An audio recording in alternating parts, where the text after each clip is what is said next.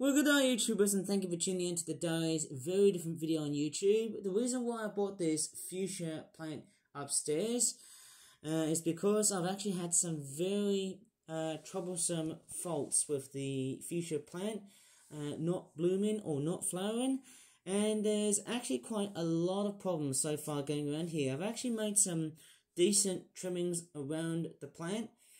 I haven't trimmed them all, but more specifically trimming on, well, let's just say those side branches here. I didn't want to prune too much, but I think you're supposed to trim about 1 or 2/3 of the plants, not on top of the nodes, I guess. But yeah, I actually did trim out most, if not all, of the leaves, and I've noticed that there's a lot of these buds that are outside here. They haven't been, well, let's just say they haven't started to flower yet, and I think this could take weeks, if not months, possibly leading up towards the autumn season, and then they start to fade out. So not much I can really say about those fuchsia blossoms in a sense. Well, what I can do is probably, well, what I might do, let me just take a look at the packaging here. There you go. It's a flower that can also be used indoors as well. And wonder what does that mean, those little symbols. I've got no idea. I wonder what variation this is. It's a fuchsia. I haven't really worked out what this is. It's coming from the Netherlands, I think it is, because I think that's the website. And there you go. It's dropped a few bit of leaves here as well, because I actually did a bit of fair decent trimming to this plant, and I actually did, well, let me just trim this one bit here, right? Oh, there you go.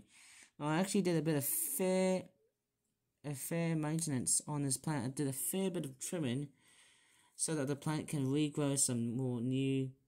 Oh, there you go. I've just taken out an emerging bud, which unfortunately is not going to grow because, you know, well, I mean, they're quite very simple to, if you want to try and transplant some of those existing stems, go for it, because, you know, you can try and propagate them, and then you can actually neuter them away from the direct sunlight, and hopefully you can get some more new ones. That should be fantastic. Somehow that sounds absolutely fantastic and great if you want to keep on producing more fuchsias of this style. There's actually different, variations of this fuchsia. There's more leaves here, and hopefully I can do it twice a week, and also fertilizers as well.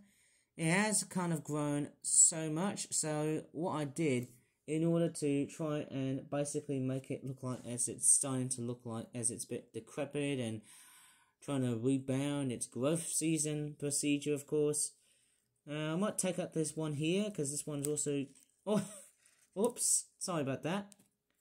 I think I've just broken up that old fuchsia plant. I don't want to break it anymore, but hopefully this will encourage to make out new plants and stuff, new blossoms in a sense. This one has failed, so what I can do is probably propagate this one here.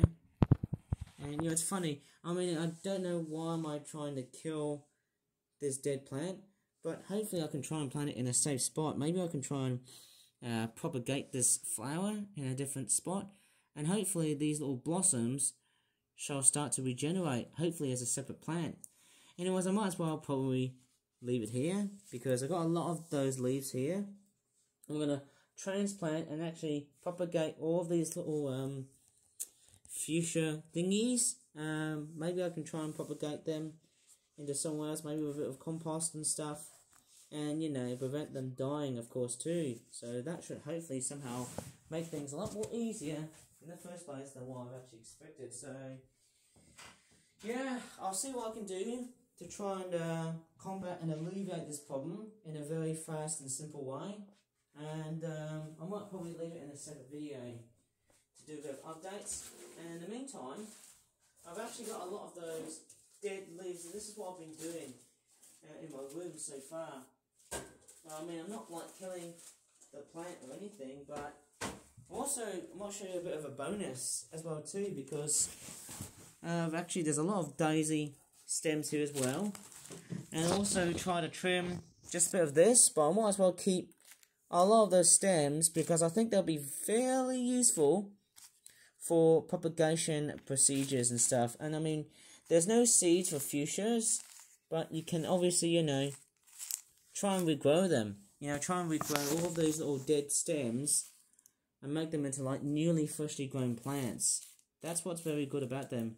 Because 90% of all plants and stuff, they just normally, you know, grow out of seeds and stuff. But what I will do is I'll take those stems and I'll propagate them into a different location. So that, hopefully with that being said, I shall try and make things clear as I'm trying to make this video. And I might as well show you a little bonus that I've also got.